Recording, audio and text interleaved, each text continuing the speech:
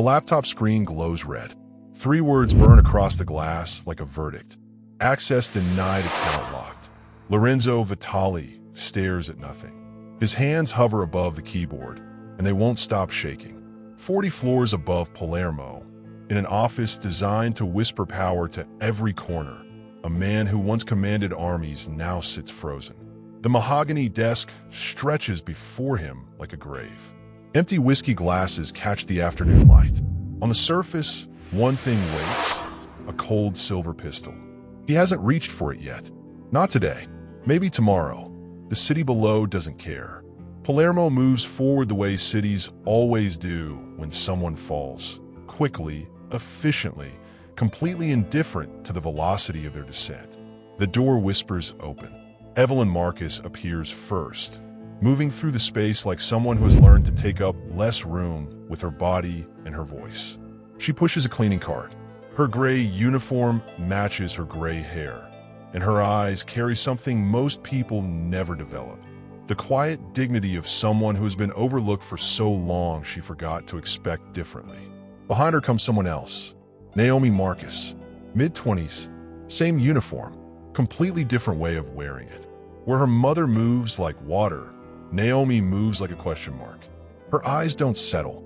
They search. They measure. They see things most people miss. Hi viewers, kindly tell us where you're watching from and what time it is. Evelyn begins the familiar work, her mop making the marble floor shine the way it always does. Her movements are muscle memory. Her presence is invisible. This is the skill that has kept her employed across 3 decades and 4 different crime families. The ability to clean a room while ceasing to exist within it. Naomi, though, Naomi is different. She's newer to this work. Her mother needed help after Naomi's college plans collapsed. Financial setback, cascade of bad luck. Now she cleans offices on weekdays and studies whenever she can find enough light and quiet. Her eyes catch something on Lorenzo's screen. The cursor blinks inside that error message. The red warning pulses like something alive. She frowns. Her hand stops moving. Her mother doesn't notice yet, but Naomi's attention has shifted completely. That error message isn't ordinary. Something about it doesn't match what she's learned. And she's learned plenty. 2 years of computer engineering before everything fell apart. 2 years of understanding how systems work, how data flows, how thieves operate inside the architecture of finance. She takes a step forward. Evelyn's hand grips her arm instantly. The movement sharp enough to communicate a decade of rules without sound. Don't approach. Don't notice. Don't speak. Keep your head down. Keep your job. Keep your mother's job. But Naomi is already moving. The words come out before she can calculate the consequences. Sir, that error on your screen. That's not a system freeze. The room stops. Lorenzo's head turns like a weapon, finding its target. His eyes, dark, predatory, used to commanding silence. Meet Naomi's, and she realizes immediately that she has just announced her presence in a way that cannot be unannounced. Evelyn closes her eyes the way people do when they're preparing for impact. What happens next will change everything, and all 3 of them can feel it. Will you trust your instincts or play it safe? Drop a like if you believe redemption is possible when power meets conscience. Someone inside your organization rerouted those funds. Naomi's voice stays steady even though her heart is moving like something trapped in a cage. That's not a bank error. That's a digital redirect. Someone hijacked your recovery lines. Lorenzo stands. The movement is slow, deliberate. The kind of movement a man makes when he's deciding whether to listen or eliminate the problem in front of him. You know this because his words come out like gravel, scraping concrete. I studied computer engineering. 2 years before circumstances changed. I can trace the breach. Give me 10 minutes and I'll show you exactly where your money went and who took it. He moves toward her, not aggressive, curious in a way that feels dangerous. Lorenzo says, stopping a few feet away. With a mop and that uniform, we'll do what every specialized team I hired couldn't accomplish. Yes, sir. Naomi doesn't apologize for her education. Doesn't apologize for knowing things. If I'm wrong, you can fire my mother. The offer hangs in the space between them. The stakes are real. Everyone in the room understands that employment for a woman like Evelyn Marcus means survival. No job means no apartment. No apartment means streets. No streets means systems that don't care about dignity or decades of hard work. Naomi is wagering her mother's life on her own competence. She's offering a guarantee written in currency that matters more than money in this world. Lorenzo studies her the way someone examines a piece on a chessboard. Not cruel, just calculating. "Come here," he says finally. He gestures to the leather chair across from his desk. The one where accountants sit, where bankers sit, where men with connections and credentials sit, not where girls in cleaning uniforms sit. Naomi walks to the chair. She sits. The chair is too large. She is too young. The gap between her feet and the floor is exactly 1 inch. Lorenzo moves to the window and stares out at the city. He doesn't turn around. 10 minutes. Clock starts now. Naomi pulls the laptop toward her. Her hands move to the keyboard. Everyone who knows computers understands that this moment matters. This is where competence either announces itself or disappears forever. This is where people discover whether you actually know what you're claiming to know. The keys respond to her fingers. She moves through the system the way someone reads a familiar book. Her eyes scan code the way her mother scans marble floors, looking for imperfection, looking for dirt, looking for anything that doesn't belong. Evelyn stands holding her mop like a weapon or a prayer, whichever the situation requires. The city clock on the wall begins its work. 1 minute gone, then another. Naomi types faster. Her jaw tightens. Something is becoming visible. Something is emerging from beneath layers of encryption the way light breaks through water. Can she find the answer in time? Will Lorenzo believe her? The clock keeps ticking, and with every second, the answer becomes more dangerous. 8 minutes have passed. 7 minutes remain. Naomi's fingers move across the keyboard with precision that most people never develop. Each keystroke is a calculated decision. Each pause means she's found something that requires examination before proceeding. The overhead lights reflect in her eyes, blue screens mirroring concentration. Around her, 3 encrypted security walls, each one designed by people who understand that protection requires layers. Each one designed to stop thieves from reaching what matters. She bypasses them, like turning pages in a book she's memorized. 5 minutes now. 5 minutes left. Lorenzo stands at the window with his back to her. His shoulders are rigid. His hands are flat against his sides. Every second that passes is a second he's not controlling the room. Every second that passes is a second his empire remains uncertain. Evelyn's knuckles have turned white against the mop handle. For minutes, Naomi pauses, tilts her head. A pattern has appeared on the screen. A trail of digital breadcrumbs leading somewhere specific. Somewhere a person was trying to hide. Somewhere someone fled after taking what didn't belong to them. Her fingers move faster now, not rushed, certain, each keystroke deliberate, each movement purposeful. 3 minutes, 2 minutes, 1 minute remaining. The room holds its breath. The city holds its breath. Time holds its breath. 1 minute exactly. Naomi stops. Her hands go still. The laptop displays a location. A bank. A trail. A name. She turns the screen toward Lorenzo. Trace complete. Location. Zurich. The word travels across the room like a bullet. Zurich, where Marco Bellini went 3 weeks ago. Marco, the man Lorenzo raised like a son. The man entrusted with everything. The man who took it all and disappeared into Switzerland with signatures, passwords, and access codes that should have been worthless in someone else's hands. Lorenzo's body goes rigid. His chest tightens. His hands curl in a fist so tight his knuckles turn white. The rage arrives first, then the betrayal, then the realization that the person he trusted most in the world looked him in the eyes and stole his entire future. He makes a sound that isn't quite a word. It comes from somewhere deeper than thought.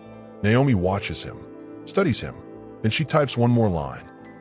One more piece of information that could change everything. She turns the laptop back to her own screen, but the words are visible on the reflection. Sir, if I may. There's still a window.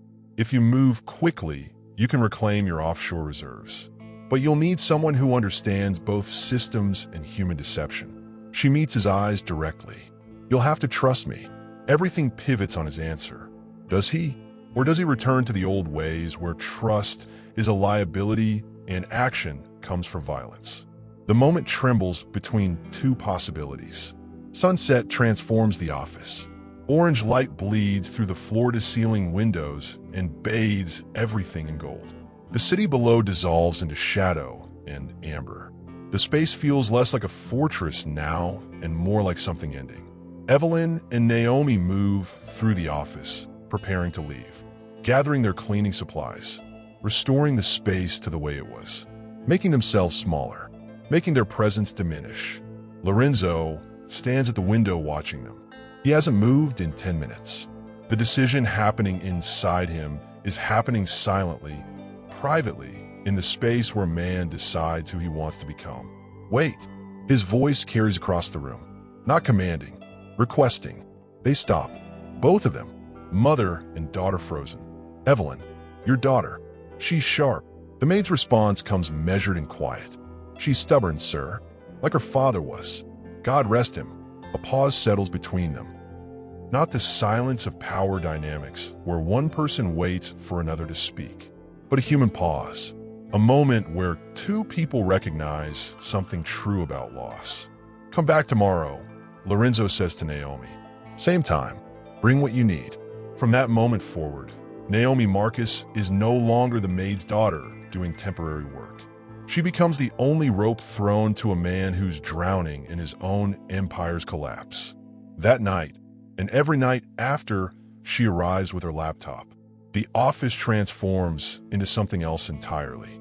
Documents spread across mahogany desks like a map of crime and consequence. Naomi's fingers dance across encryption codes while Lorenzo watches, learning the language of justice through her methodology. She teaches him things no business school could have covered. She teaches him that power used correctly looks nothing like the power he understood. She teaches him patience. She teaches him that true control comes not from fear, but from understanding. That loyalty purchased with blood is no loyalty at all. That loyalty built from recognition runs deeper than fear ever could. 3 weeks pass this way.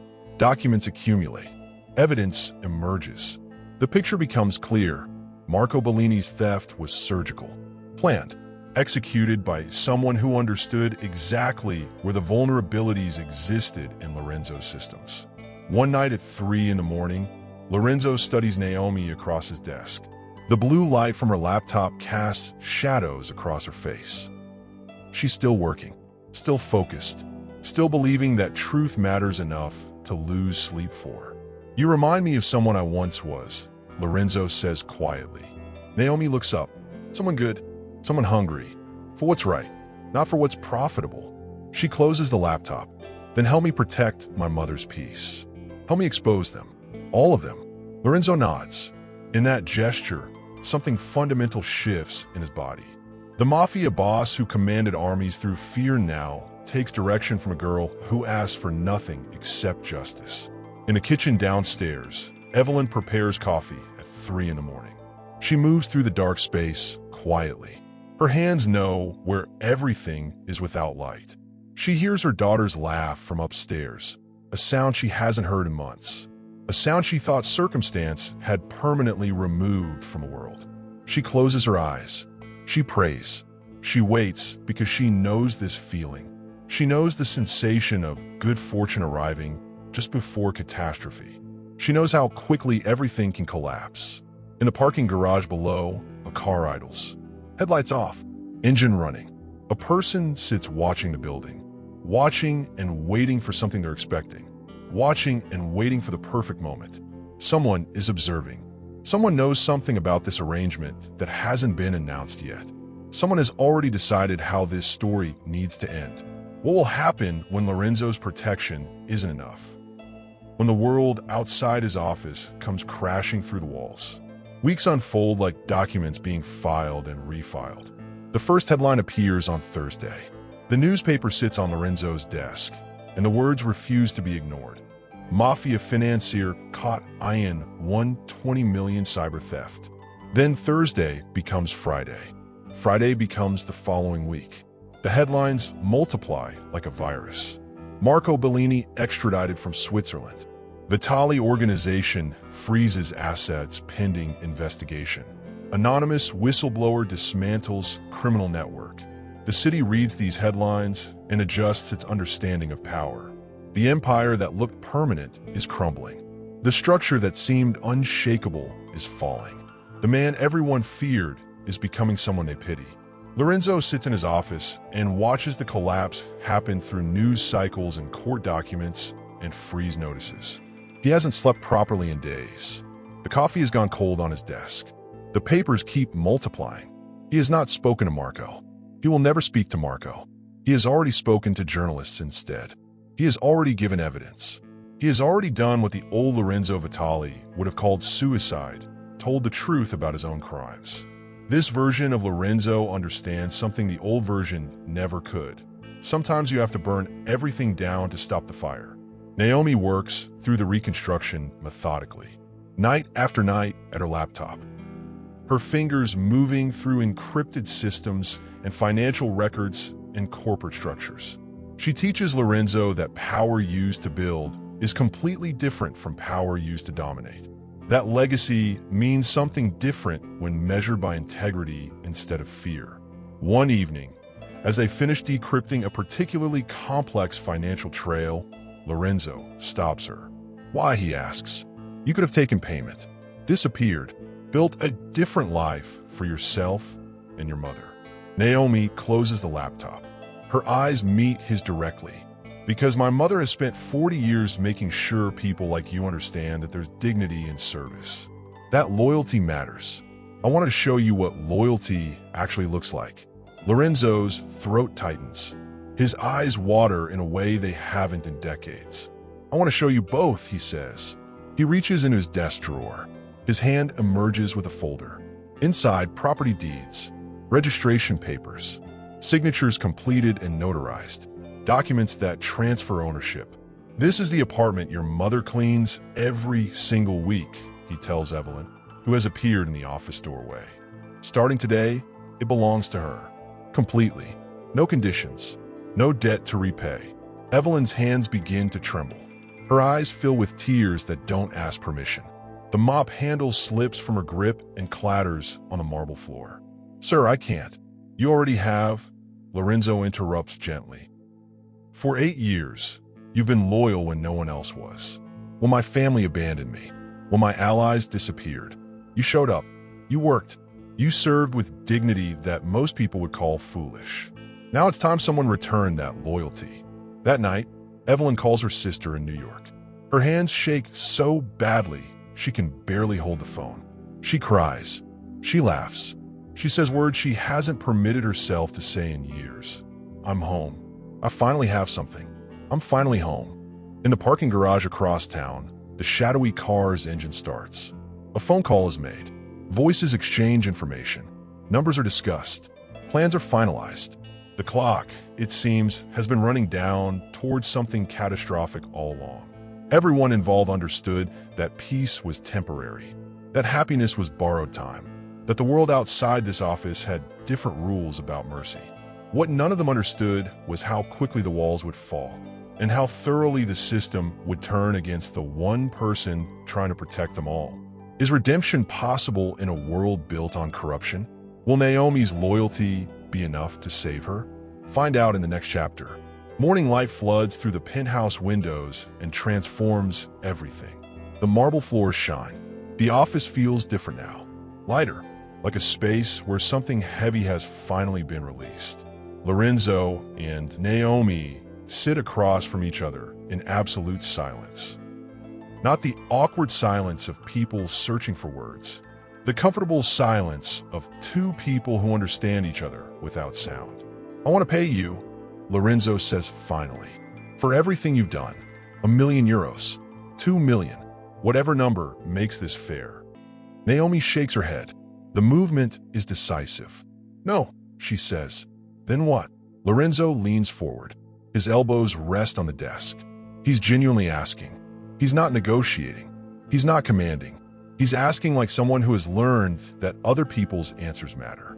"Help me finish my degree," Naomi responds. "That's it. That's the only thing I need." Lorenzo's face changes. Something inside him breaks open. He laughs. The sound is genuine and completely unforced. It's the first time his body has made that sound in months, maybe years. The laugh of someone remembering what joy feels like. "You've given me everything," he says. "Your skill, your trust, your time, and you ask for education. I'm asking for the life I would have had if circumstances hadn't forced me to stop going to school," Naomi explains. "You're not paying me. You're restoring what was taken from me. That's different." Lorenzo stands and walks to his desk. He opens a drawer and removes documents. Scholarship paperwork, university registration forms, housing agreements, everything he's already arranged in secret. Everything he's prepared for this exact moment. "It's done," he tells her. "Full scholarship, all 4 years, dormitory included, books, supplies, everything." Naomi's hands cover her mouth. Her eyes fill with tears that arrive without warning. That afternoon, Naomi Marcus walks through university gates as an officially registered student. The campus sprawls before her like a door that was always meant to open. The path forward stretches in front of her. The library waits. The classrooms wait. The future waits. Evelyn watches her daughter cross the campus grounds. She stands alone in her new apartment, the one that belongs to her now, and weeps into her hands. Not from sadness, from gratitude so deep it breaks her open, from the kind of relief that arrives when impossible things suddenly become real. In his office, Lorenzo prepares transfer documents for the next phase of his transformation. He has decided something. He will cooperate completely with authorities. He will provide names. He will expose operations. He will dismantle the network he spent decades constructing. The cost will be massive. Prison time, asset seizures, a future that looks nothing like the one he planned. He doesn't hesitate. His hand moves across documents, signing away his former life with the same precision that once commanded it. Each signature removes another brick from the walls he built around his heart. Each signature is a choice. Each choice is redemption moving one step closer. Then his phone vibrates. A single text message arrives on the screen. The words don't register at first. They sit there. They wait for understanding to catch up. Naomi Marcus, arrested for cybercrime. The world stops. Lorenzo stands so quickly his chair falls backward and crashes against the floor. The room tilts. His hand moves toward his desk drawer before he remembers that violence is not the answer anymore. It hasn't been the answer for weeks now, but fury is. Everything he did, everything he rebuilt, everything he sacrificed, gone, destroyed by an arrest warrant that makes no sense. His phone rings. He answers without checking the caller. Evelyn's voice comes through the speaker, completely shattered. They took her. They came at dawn. They had cameras. They had warrants. They said she hacked her accounts. They said she stole everything. Lorenzo closes his eyes. He understands immediately. This is a setup. This is retaliation. This is the system turning against the one person trying to save him. What happens when the only innocent person in this story becomes the target? Red and blue lights paint the university dormitory in flashing colors. Police vehicles surround the building. Officers move with the kind of efficiency that comes from following procedure. 20 uniforms. Professional, methodical, completely indifferent to the life they're destroying. Naomi is let out in handcuffs. She's still wearing sleep clothes. Her hair is still messy from bed. Her mother stands behind protective glass and watches everything collapse. The charges are read aloud. Cybercrime, wire fraud, conspiracy to commit money laundering. The evidence comes fast. Digital trails from her laptop leading directly to encrypted offshore accounts. Her fingerprints on the crime scene. Her access codes matching the ones used during the theft. Everything points to her. Everything makes her look guilty. Except she didn't do it. The frame is perfect because Marco Bellini's remaining allies have had weeks to construct it. They've layered false transactions like an artist layers paint. They've planted evidence the way hunters set traps. They've created digital ghosts that point directly to the girl who destroyed them all. The news breaks across the city like a thunderstorm spreading. Headlines multiply across screens and papers. Social media erupts. The narrative shifts overnight. The whistleblower who everyone praised yesterday becomes the criminal mastermind today. Anonymous whistleblower exposed as criminal genius. Girl manipulates aging crime boss into taking fall. Naomi Marcus, hacker who played everyone. The story changes so completely that people barely remember the original truth. News cycles move fast. People forget faster. Yesterday's hero is today's villain. And nobody questions how dramatically the story flipped in 24 hours. In his penthouse, Lorenzo watches the news coverage repeat endlessly. His hands clench into fists. His jaw works silently. For the first time since his fall, rage returns. Not the cold rage of command, not the calculated rage of someone planning revenge, but the hot rage of injustice. The rage of someone watching innocents get destroyed by a system that doesn't care about the difference between truth and lies. He moves to his desk and picks up his phone. He doesn't think about what comes next. He doesn't calculate consequences. He simply acts. His voice carries the weight of a man who has nothing left to lose. I'm turning myself in today. Everything I've done, everyone I've worked with, everyone who's still operating in my organization. I'm bringing all of them down with me. And I'm bringing down everyone involved in framing that girl. Evelyn arrives within the hour. She appears in his office like a ghost. Mother and son stand across from each other in the space where everything began. Without words, Lorenzo understands something profound. She knew this might happen. She's been preparing for disaster her entire life. She's been bracing for impact since the moment her daughter spoke up to that man. Protect her, Evelyn says simply. With everything I have, Lorenzo replies. He picks up his phone and makes another call. His lawyer, his accountant, the prosecutor's office. Everyone who needs to know that Lorenzo Vitali is about to turn his entire world inside out. The machinery of justice, once activated, moves with its own momentum. There's no stopping it now. There's only surrender. What price will he pay to save her? And will his sacrifice be enough?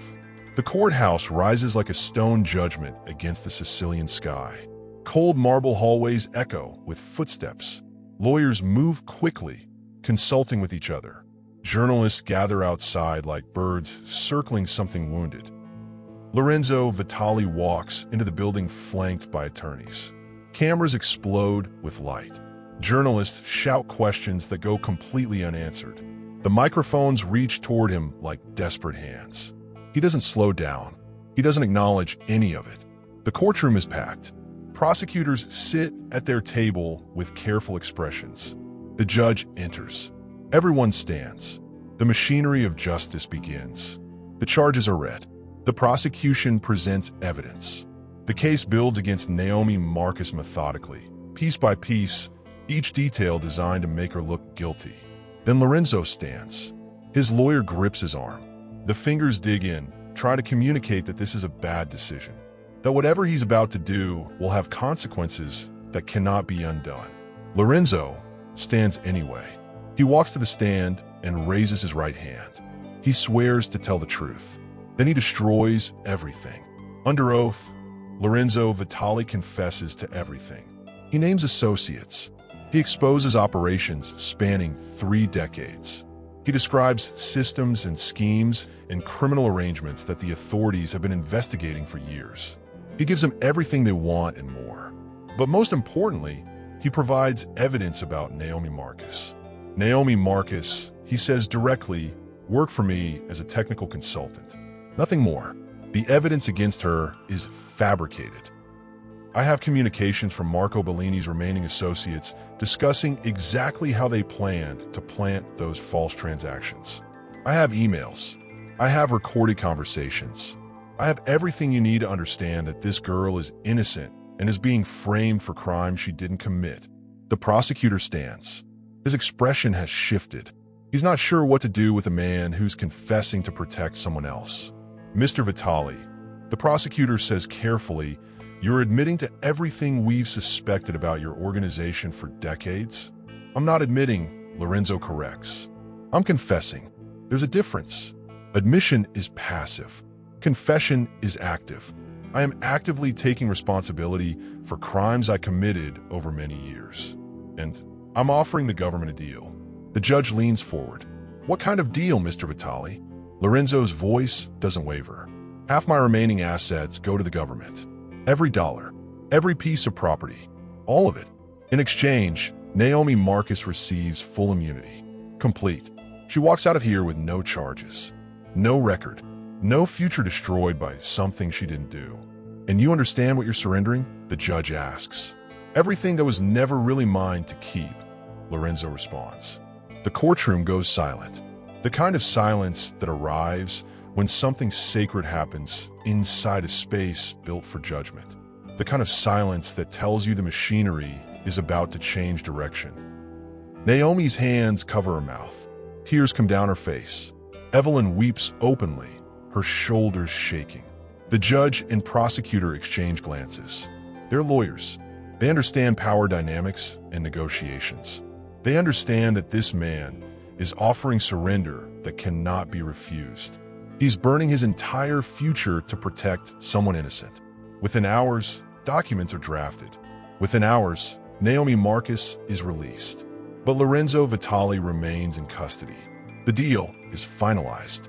The machinery completes its work.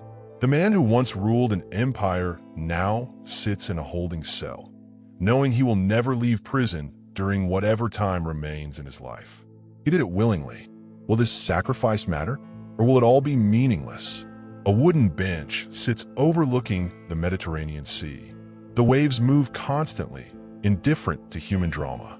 The sound of water hitting rocks has been happening for thousands of years and will continue long after everyone involved in this story turns to dust.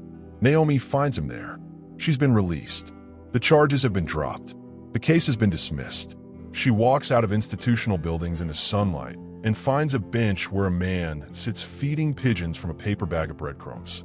The man who ruled from penthouses now sits in open air, wearing simple clothes, looking at nothing and everything simultaneously. She sits beside him. You didn't have to do that, she says quietly. I did, he replies, tossing another handful of breadcrumbs. The pigeons descend like messengers responding to a call. Because the man who took everything from you and your mother, that man deserved to lose everything in return. They watch the water for a long time without speaking. The kind of watching that requires no commentary. The kind of silence that means more than words. What happens now? Naomi asks. I stand trial. I serve years. Decades, probably. I'll die in prison, most likely. And you finish your degree. You become something remarkable. You show your mother that her sacrifice meant something. You show yourself that education and intelligence matter more than anything else. I won't abandon you, Naomi says. You won't abandon her, Lorenzo corrects gently. That's the only thing that matters now. Your mother, her peace, her future. That's the legacy that counts. The wind carries the smell of salt water and carries away everything that came before. Did you know? Naomi asks. When you started this, did you understand that helping me would cost you everything? Lorenzo turns to look at her directly. Really looks at her. The way someone looks at something they understand will not exist in their life for much longer. I became something in these past months, he says carefully. The man I was would have let them destroy you. He would have protected his assets and moved forward. The man I became couldn't live with that choice. He reaches into his pocket and produces a university brochure, scholarship documentation, housing agreements, everything official and permanent. Your scholarship is secure. Your housing is paid through graduation. Your future is protected by something that no system can undo now. Then he produces an envelope, thick, heavy, filled with something. This, he says, is from an anonymous donor. It will cover everything. Tuition, books, living expenses, food, transportation, everything you need. No conditions, no expectations, no debt to repay. That's you, Naomi says. That was me, Lorenzo confirms. But the man you see now, The man sitting on this bench. He has nothing to give except the truth. He has nothing to offer except that his future ended so yours could begin. Naomi takes the envelope. As she does, Lorenzo stands. "Go," he says, "before I ask you to stay and ruin everything we've worked for." She stands. She turns to leave. She walks 15 steps. Then she turns back to tell him something, to say goodbye properly, to acknowledge what this moment means. But he's already walking toward the shore, toward the water, toward whatever quiet place a man finds when he's finally surrendered everything. The pigeons follow him, unconcerned with human redemption or sacrifice or the small dramas of people trying to choose differently than they have before. Naomi stands alone with the envelope in her hands and the understanding that some moments change people forever. Will she honor his sacrifice? Will his choice matter in the long run? Or will the world simply move forward, indifferent to his transformation? University campus stretches out under spring light. Trees filter the sun into patterns on the ground. Students move between classes. Their futures unfold in real time. Their lives open like books waiting to be written. Naomi Marcus sits in a university library. Textbooks surround her. A life of studying spreads before her. Her mother works in the main office now, head of maintenance operations. She oversees a team. She has business cards with her name on them. She comes home from work and sits in her own apartment, the apartment Lorenzo gave her, and reads quietly in the evenings. 6 months have passed since the courthouse. Naomi is studying for midterm examinations when a custodian approaches her table. The young man holds an envelope. The paper is expensive. The sealing wax is deep red. The letter pressed into the wax shows a single character, V. Naomi's heart stops and restarts. She takes the envelope carefully. Her hands are steady, but her breathing is not. She opens it slowly. Inside, a handwritten note in careful script. Debt repaid. Legacy restored. The man I was is gone. The man I became learned it too late. But he lived long enough to see you rise. That was enough. LV. She holds the note against her chest and closes her eyes. A second envelope falls from inside the first. Bank statements.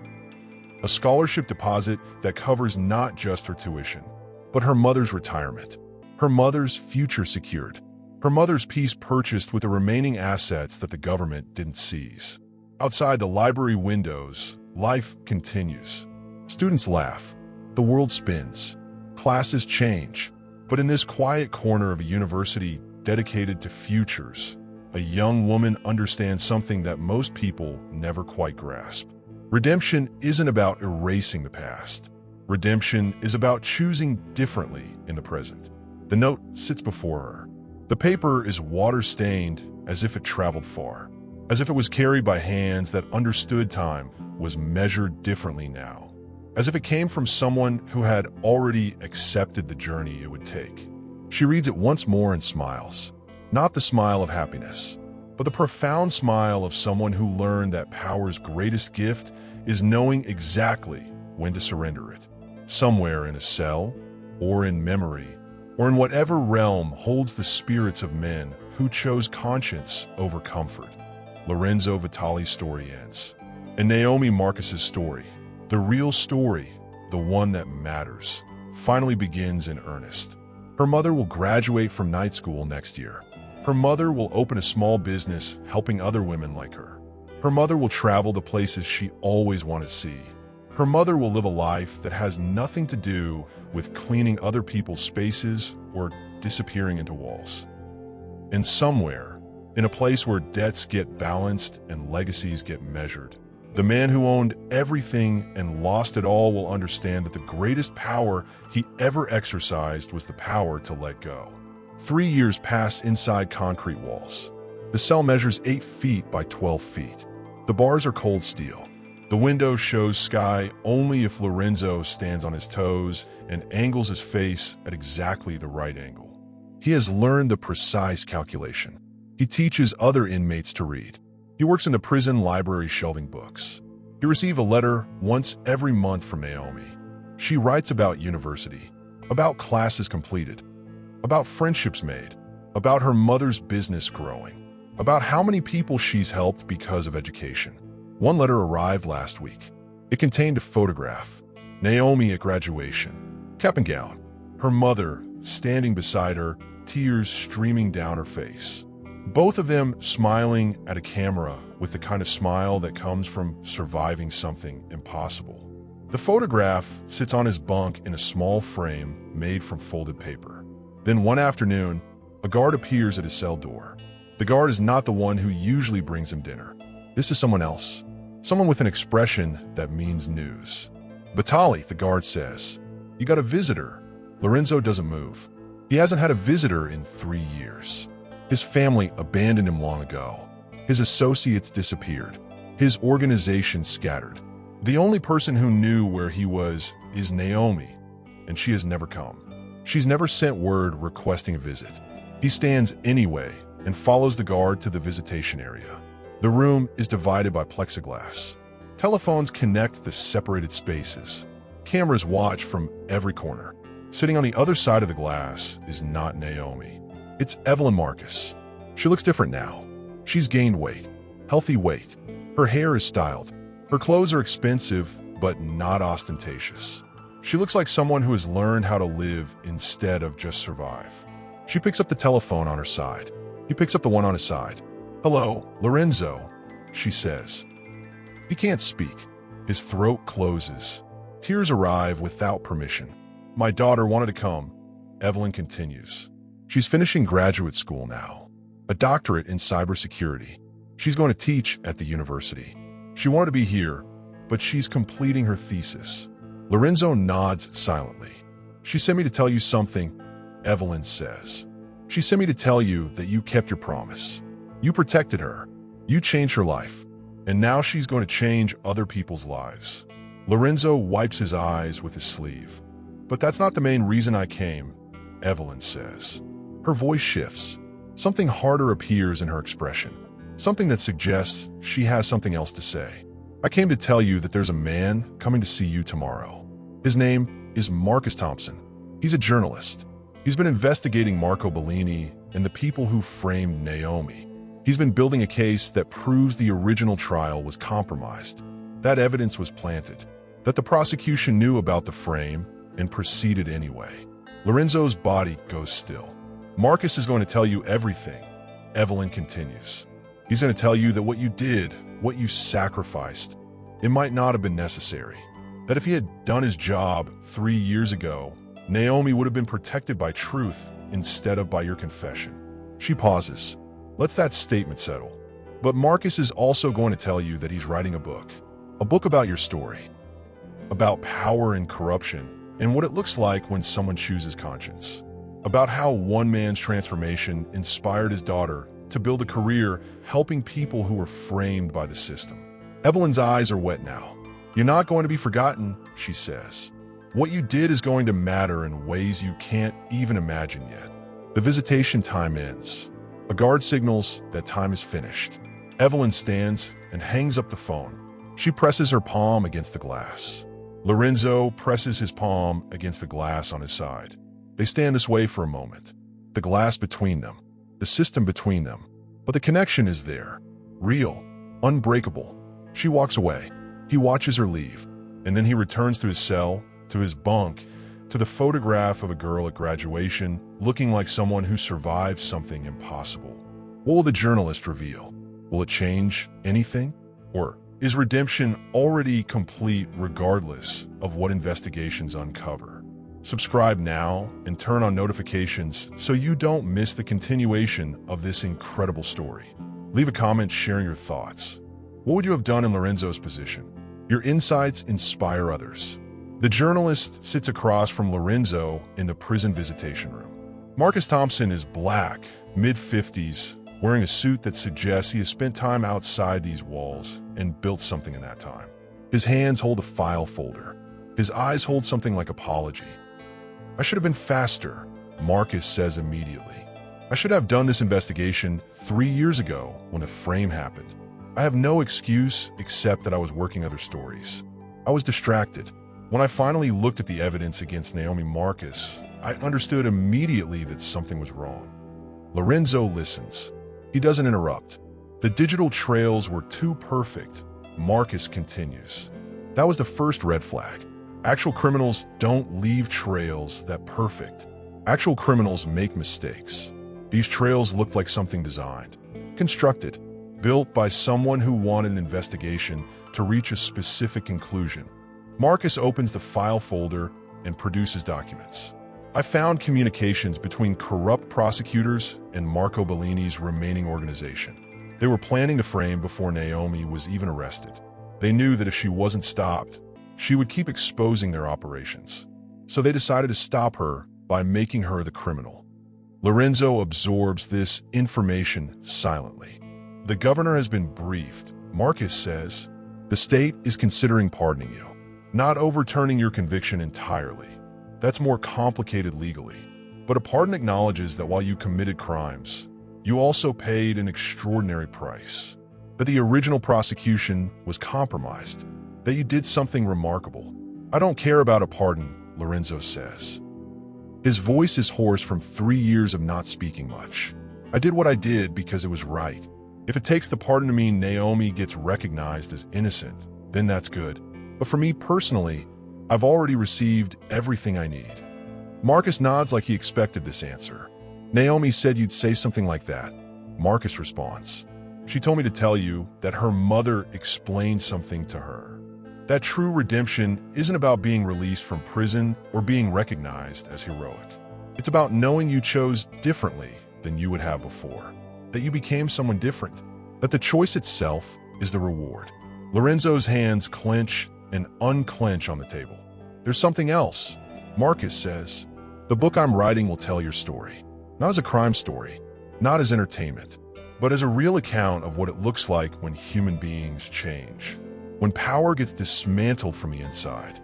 When someone genuinely chooses conscience over comfort. Why? Lorenzo asks, why would you tell this story? Because the world needs to know that transformation is possible. Marcus responds, we live in a time when people believe corruption is permanent. That systems are unchangeable. That power never surrenders. Your story says something different. Your story says that individuals can create change. That sacrifice can mean something. That one person choosing differently can start a cascade of different choices. The visitation ends. Marcus stands to leave, but before he goes, he does something unexpected. He places his hand on Lorenzo's shoulder. Thank you, Marcus says, for showing me what integrity looks like under pressure. Lorenzo watches the journalist leave, and for the first time in 3 years, something shifts inside him. Not hope exactly, but purpose, understanding, the knowledge that his choice, the one that seemed to destroy everything, actually created something new. Will the pardon come through? Will Lorenzo be released? Or does the system have other plans? Subscribe and turn on notifications to see what happens next in this unbelievable true story of sacrifice and redemption. Comment below and tell us, what keeps you believing in human goodness despite the corruption you see in the world? Your answer might inspire someone who needs to hear it. 5 years after the sentencing. 3 months ago, the governor signed the pardon. Not a full release from the conviction, but recognition that the original trial was compromised, that the evidence was influenced, that justice was not served. Lorenzo walks out of the prison at dawn. The sun rises over Sicily. The air tastes like freedom and like every moment before this one. A guard opens the gate. The gate closes behind him. There's no ceremony, no announcement, just a man leaving prison as he always should have been able to do. Waiting for him outside is Naomi Marcus. She's 28 now. She wears a blazer and carries a briefcase. She looks like someone who has built a professional life from nothing except determination and opportunity. She embraces him. He holds her like she's made of glass. She holds him back like he's made of something precious. They don't speak. They just stand in the morning light while the city wakes up around them.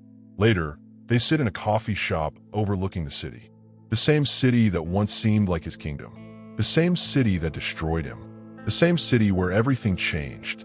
My mother wanted to be here, Naomi says, but she had a business meeting. She sends her love. Your mother is the strongest person I've ever known, Lorenzo responds. So are you. Naomi corrects. You taught me what strength looks like. Not power, not control. Strength is choosing to be different than you were. They drink coffee. They talk about Naomi's doctorate. They talk about her mother's success. They talk about Marcus Thompson's book, which is being published next month. They don't talk about the years in prison. Those years exist in the space between words. What will you do now? Naomi asks. Lorenzo looks out at the city.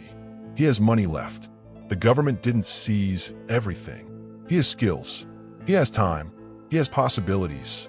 I'm going to start a program, he says, for people coming out of prison, people who need help rebuilding, people who need employment, people who need someone who understands that they're trying to become different than they were before. Naomi smiles. My mother would help you with that. I know, Lorenzo says. That's exactly why I was going to ask. They finish their coffee. The morning becomes afternoon. The city moves around them. People walk past without recognizing that something important is happening. They don't know they're watching redemption in real time. As Lorenzo and Naomi stand to leave, a woman approaches their table. She's young. She's holding a phone. She's looking at Lorenzo with recognition. Excuse me, the woman says. Are you Lorenzo Vitali? From Marcus Thompson's book, Lorenzo and Naomi exchange glances. I am, Lorenzo confirms. I just want to say thank you, the woman says. I read the book last week. I've been in and out of the system 3 times. I've been hopeless about changing. Your story made me understand that people actually can transform, that it's possible. I'm starting a new job tomorrow. First time in 5 years. Your story gave me permission to believe I deserve a second chance. She walks away before he can respond. Lorenzo stands frozen. Naomi takes his arm gently. That's why, she says. That's why Marcus wrote the book. That's why your choice matters. You've already started helping people, and you haven't even left the coffee shop. Over the next years, Lorenzo's program expands. It helps hundreds of people. Some succeed, some fail, some get arrested again, but some transform completely. Some become doctors, some become teachers, some become counselors helping other people navigate the system. Evelyn Marcus becomes the program director. She oversees employment training. She teaches dignity as a professional skill. She becomes someone recognized across Sicily as an expert in rehabilitation and second chances. Naomi Marcus builds a career exposing corruption in digital systems. She helps other innocents who were framed. She uses her knowledge to protect people the way nobody protected her. She lectures at universities about ethics in technology. She receives awards. She built a life that honors both her mother's sacrifice and Lorenzo's redemption. And Lorenzo Vitali spends his remaining years showing other people that transformation is possible, that power can be used to build instead of destroy, that redemption isn't about forgetting the past. It's about choosing a different future. Years later, when the time comes to rest, Lorenzo sits on that same bench overlooking the Mediterranean. The pigeons still come. The water still moves. The city still pulses with life. Naomi and her mother sit beside him. They watch the sunset together. They don't need to speak. They already know that their choice, to trust each other, to believe in redemption, to sacrifice everything for justice, created something that will outlast all of them. The birds scatter as the sun finally falls below the horizon. And the real story, the one that happens after redemption, is complete. Continues quietly, one person at a time, one choice at a time, building something that looks like hope. 10 years have passed. The book by Marcus Thompson sold over 2 million copies worldwide. It's been translated into 23 languages. Universities teach it in criminology classes. Prison reform advocates cite it in legislation. What started as one man's story became a movement. Lorenzo Vitali sits in a modest office in Palermo. The walls are filled with photographs, pictures of people who have gone through his program, people who have rebuilt lives. A construction worker, a nurse, a teacher, a chef. Dozens of faces smiling at a camera because someone believed they deserved a second chance. His hair is completely gray now. His hands show age, but his eyes are clear. The eyes of someone who made peace with his past and built something with his future. Evelyn Marcus sits in the office next to him. She's retired now. Her business is thriving under new management. She comes to the office 3 days a week because she wants to, not because she needs to. She's become the grandmother figure to everyone in the program. "We're helping our 1,000th person today," Evelyn says. She points to a file on the desk. Another person, another chance, another possibility. Lorenzo opens the file and reads the application. A 22-year-old man named Deshaun Coleman, arrested twice, trying to turn his life around, looking for someone to believe in him. "What do you think?" Evelyn asks. "I think he deserves a chance," Lorenzo responds. Everyone does. Naomi Marcus arrives later that afternoon. She's built a reputation as one of the world's leading experts in digital forensics. She's helped exonerate 17 wrongly convicted people. She travels internationally speaking about justice systems that fail innocent people. She has never forgotten what it felt like to be framed by the system she should have been able to trust. The three of them sit together in the office. They review applications. They make decisions about who gets admitted to the program. They discuss funding. They plan expansions. They do the work that nobody sees. The work that transforms lives one person at a time. "My mother is opening a new location in Rome," Naomi says. "She wants to expand the program internationally. She says if we can help people here in Sicily, we should be helping people everywhere." "Your mother is right," Lorenzo says. "She always is." As the afternoon becomes evening, Marcus Thompson arrives. The journalist has become a regular visitor. He's working on a follow-up book. This one will tell the stories of the people who have gone through the program. Not Lorenzo's story anymore, but the stories of people like Deshaun Coleman who got a second chance. Marcus carries a photograph. It's from a university graduation. A young black woman in cap and gown. Her name is beneath the photo, Tyra Williams, former incarcerated, now teaching criminal justice. "This is Tyra," Marcus explains. "She came through your program 5 years ago. She was serving time for a crime she didn't commit. Just like Naomi, the evidence was planted. Just like Naomi, she spent 2 years inside before someone investigated and got her released." He sets the photograph on the desk next to the others. "Tyra is now teaching at 3 different universities," Marcus continues. "She's speaking to law enforcement about how to recognize frames and planted evidence. She's preventing other people from experiencing what happened to her. She's changing the system from the inside." Lorenzo studies the photograph. He sees himself in this young woman's face. Not physically, but spiritually. He sees someone who turned their trauma into purpose. Someone who used their pain to prevent other people from experiencing the same pain. "This is what legacy looks like," Lorenzo says quietly. Not power, not money, not fear, but the moment when one person's choice creates a cascade of different choices. When one person's redemption becomes another person's salvation. The sun sets over Palermo. The city lights begin to glow. The same city that once seemed like Lorenzo's kingdom. The same city that nearly destroyed him. The same city where he learned that true power isn't about ruling. It's about serving. And in an office overlooking that city, for people continue the work of transformation. One application at a time. One second chance at a time. One life at a time. Building something that looks like hope. Building something that feels like justice. Building something that could last forever. Because redemption, when it's real, doesn't end. It multiplies. It spreads. It transforms everything it touches. And the people who have experienced it never forget what it feels like to be given another opportunity to become who they were meant to be. This is the true story of Lorenzo Vitali.